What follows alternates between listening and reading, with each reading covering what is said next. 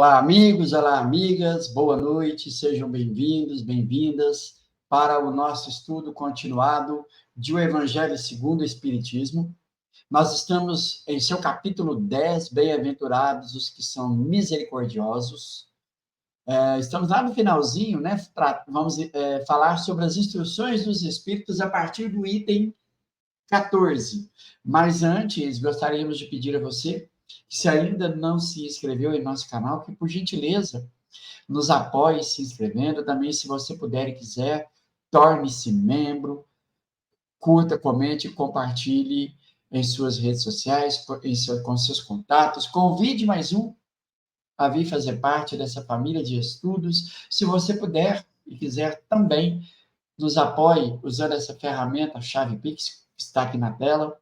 Você pode anotar aí, o valor fica de acordo com a sua, né, disponibilidade, e que será de muito bom uso para que possamos retomar essa plataforma para nossos estudos ao vivo, né? Então, são as lives ao vivo, com um tempo maior em cada live, sem precisar ter restrições de horário, tá? Pedimos a você também que visite a nossa página, o nosso blog, o Instituto, o Revelar Instituto.blogspot.com, onde você poderá ali ler os artigos que o Beto Ramos coloca, deixa à disposição, pode fazer seus comentários, pode usar como estudos, enfim, fique à vontade, pois que é para estudos de todos nós, tá bom, pessoal? Bom, então vamos lá para o item 14 do Instruções dos Espíritos, perdão das ofensas. 14. Quantas vezes perdoarei a meu irmão? Perdoar-lhes-ei, não 7 vezes, mas 70 vezes 7 vezes? Eis um desses ensinos de Jesus que devem tocar a vossa inteligência e falar mais alto ao coração. Comparai essas palavras de misericórdia com a oração tão simples, tão resumida e tão grande em suas aspirações que Jesus ensinou a seus discípulos. E encontrareis sempre o mesmo pensamento. Ele, Jesus, o justo por excelência, responde a Pedro: perdoarás, mas ilimitadamente. Perdoarás cada ofensa tantas vezes quantas ela te for feita.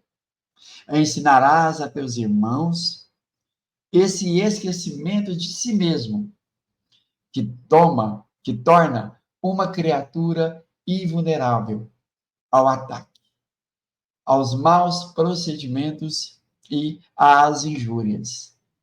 Serás brando e humilde de coração, sem medir a tua mansuetude. Farás, enfim, o que desejas que o Pai Celeste faça por ti. Não está Ele a te perdoar frequentemente? Conta, porventura, às vezes, que o seu perdão desce para te apagar as faltas? Bom, pessoal, aqui o ensinamento profundo, né? Quando Jesus, ensinando a Pedro quantas vezes deve perdoar, Jesus fala, não somente 7 vezes, mas 70 vezes 7 vezes. Ou seja, ilimitadamente, né? Infinitamente. Porque o princípio da misericórdia começa aí, né? Quando somos ofendidos e que apagamos de nós a nossa personalidade e voltamos o nosso olhar para aquele, né, no qual nós precisamos ter misericórdia, esse é o princípio mais alto da caridade, né? É como Jesus compreendia a caridade na questão 886 de Livro dos Espíritos, que é benevolência para com todos, então querer bem a todos, indulgência para com as imperfeições dos outros e perdão das ofensas. Jesus, ele compreendia e compreende a caridade, né, usando esses pensamentos: benevolência, indulgência, perdão. E aqui estamos falando, talvez, do que é mais difícil para nós, o perdão. É quando deixamos, né, nos dominar pelo nosso personalismo e partimos para as agressões, partimos para as ofensas verbais e, quando não, agressões físicas também, né? Enfim, tudo aquilo que denota ainda um egoísmo muito grande, um orgulho exacerbado. Então, Jesus nos convida a isso. O Pai Nosso, né? Quando Jesus vai nos ensinar o Pai Nosso, ele trata dessa questão. Quando ele vai dizer: perdoai as nossas ofensas, quando tivermos perdoado aquele que nos ofendeu. Ou vamos achar que somente por eu pedir perdão a Deus, ele simplesmente vai me perdoar e está resolvido? Né? Quando, em verdade, se eu peço perdão a ele, eu não posso, em momento algum, achar que eu tenho que ser juiz implacável contra alguém. Né? Porque, veja, eu pedi perdão, vamos raciocinar. Pedir perdão a Deus significa que eu reconheço um erro, mas não perdoo o erro de alguém. Isso, se eu não perdoo, significa que eu reconheço o erro do outro. Então, se eu reconheço o erro em mim e peço perdão a Deus, por que que reconhecendo o erro no outro, eu não haveria de perdoá-lo? Né? A gente fica pensando, falando, chega a ser incoerente. Né? E como eu disse, pensar que somente por meras palavras, meros pensamentos vazios, eu vou dizer assim: Deus me perdoa que eu não vou fazer isso mais, e simplesmente a minha falta está apagada, é equivocar-se. É equivocar-se. Né? Deus espera muito mais é que nós, então, nos esforcemos em não mais praticar aquele ato equivocado, e sempre, quando formos chamados à misericórdia, ao perdão para com o outro, que, né, eu pratique esse sentimento do perdão, esse pensamento tão grandioso que é o ato de perdoar. Né? Então, a doutrina espírita nos chama a isso. E o princípio, a definição de moral, então, na questão 629, também, de O Livro dos Espíritos, vai tratar disso. Como podemos definir a moral? Né? Então, é a regra do bem proceder. É agir no bem, pelo bem, para o bem de todos. Então, se nós compreendemos que é agir no bem, pelo bem, então, eu vou agir no bem simplesmente porque é natural. Não tem meio termo, não tem sofismas, não tem querer pensar que eu vou agir no bem porque Deus vai me recompensar. Eu vou agir no bem porque os bons espíritos vão estar evitando que os obsessores venham me perturbar. Isso é ter interesses por trás. Eu vou agir no bem para que as pessoas vejam que eu pratico o bem. Eu vou fazer sopa, fazer isso, fazer aquilo, vou, né? Isso, pessoal, se estiver encharcado desses interesses, não vai ter valor algum. Então, é agir no bem, pelo bem, para o bem de todos. Para o bem de todos, indistintamente. Quantas vezes deverei perdoar o meu ofensor? Quantas vezes necessário for. Alguém pode dizer, mas isso chega a ser impossível.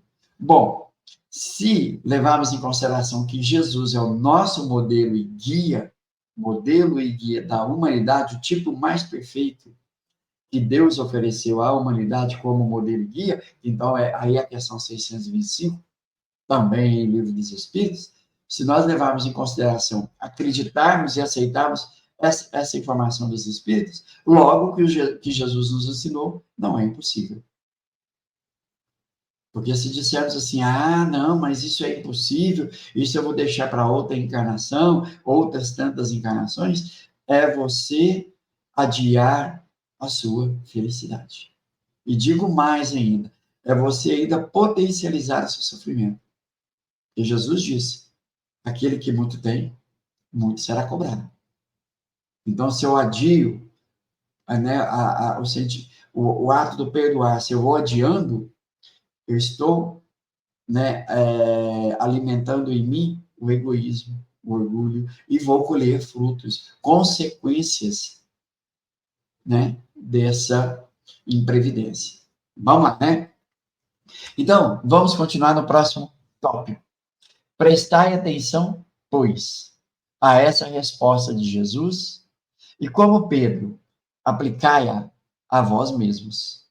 Perdoai, usai de indulgência, sede caridosos, generosos, pródigos até do vosso amor.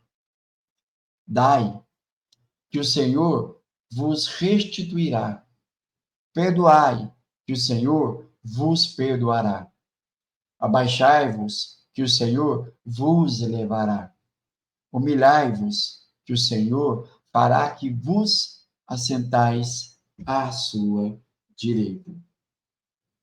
Então, ele está usando uma figura de linguagem, tudo isso aqui, né?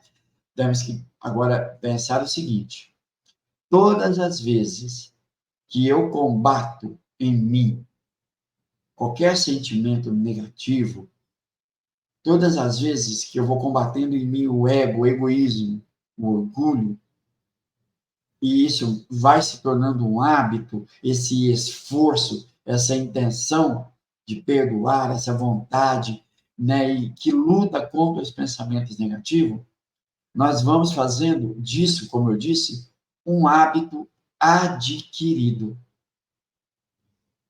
E daqui a pouco, né, aquilo que lá no passado perturbava, aquelas injúrias, aquelas ofensas, aquelas agressões, elas não fazem nem mais sentido. As lembranças ficam tão insignificantes que caem no esquecimento. O espírito se coloca numa condição mais elevada. Por quê? Porque ele se colocou acima das seduções da matéria, do mundo, do egoísmo, do orgulho, né? Então, é nesse sentido, porque Deus estabeleceu leis que são eternas, perfeitas, imutáveis, justas, como o próprio Deus o é, porque foi ele que criou. Então, se eu observo essas leis, e aqui observar é tentar praticar esse sentimento do perdão, aqui no caso, significa que eu estou observando, estou me aproximando, né, mais de Deus por dessas leis, uma vez que eu não observo essas leis, eu não procuro praticá-las, e aí veio o esforço, como eu disse, a vontade em querer praticá-las, né, mais eu vou me afastando, mais gera em mim sofrimento. Então, Deus, ele não premia, Deus ainda não recompensa. Nós temos uma linguagem, uma figura de linguagem aqui. Mas é claro que, uma vez que eu me esforço, colherei frutos. Isso é natural disso. A felicidade, ela vai se instalando, né, em mim. Aí sim, e quando ele diz sentar à direita, é quando o espírito está, ele já consegue sair de um mundo como esse, de prova e expiação, onde nós estamos vendo, né, tantas violências, tantos conflitos, e vai para um mundo melhor, onde reina ali a paz, a fraternidade, a solidariedade, a justiça, a cooperação. E esses espíritos, então, vêm em espírito, em missão, atuar sobre esse mundo, procurando ajudar aqueles que ficaram, que ainda estão refratários. Ou então vêm até encarnar nesses mundos como missão para ajudar, né? Ajudar pessoas, espíritos encarnados, famílias, grupos, cada vez mais ampliado. Quanto mais o espírito vai desenvolvendo em si uma superioridade moral e intelectual, mais a sua capacidade de ser útil se torna muito mais ampla, né? Então, veja, os frutos que colhe é somente quem observa isso que Jesus está aqui ensinando. E ele vai dizer: ide, meus bem-amados, estudai e comentai essas palavras que vos dirijo da parte daquele que, do alto do esplendor, dos esplendores celestes, tem sempre os olhos voltados para vós e prossegue com amor na terra, na tarefa, e prossegue com amor na tarefa ingrata, que começou há 18 séculos. Perdoai aos vossos irmãos como precisais que vos perdoem. Se os seus atos vos prejudicaram pessoalmente, tendes um motivo a mais para serdes indulgentes, pois o mérito do perdão é proporcional à gravidade do mal. Não teríeis nenhum merecimento em desculpar os erros dos vossos irmãos, desde que não passassem de simples arranhões. Todos nós estamos aqui no processo de aprendizado, isso é fato. Né? O grupo de espíritos que estão encarnados aqui na Terra, com certeza, né? Então eu vou usar o meu exemplo de mim, me identifico com a maior parte dos espíritos encarnados que aqui estão. Né? Então, quando alguém pratica um ato, né, contra a minha pessoa, contra mim, contra eu, significa e que esse ato, veja, aí agora eu quero tentar ser mais claro. Quando realmente eu não, eu sou vítima, né, desse ato, dessa agressão, dessa injúria, e que perdoo, porque realmente é algo, né, que nem precisaria de eu enfrentar, do ponto de vista que eu também, né, participava desses mesmos equívocos, e se isso não acontece em mim, e aí vem esse verdadeiro perdão, maior é o mérito. Mas quando, né, estou ali dividindo erros, participando desses erros, desses equívocos, e que em algum momento eu me deparo com pessoas que vai prejudicar vai me prejudicar, né? É claro que o mérito está, peraí, eu não posso reclamar daquela pessoa que eu pratico algo semelhante, mas eu posso perdoá-la e posso procurar não mais praticar aquele ato semelhante ou o ato idêntico ao dela. Né? Então, o mérito está em, se eu sou merecedor e me esforço por perdoar, muito bom. Mas se eu não sou merecedor e esforço em perdoar, e perdoo verdadeiramente, ótimo, porque o esforço está aí. É quando você se anula, é quando você é abnegado. Né? Fica aí para a gente pensar.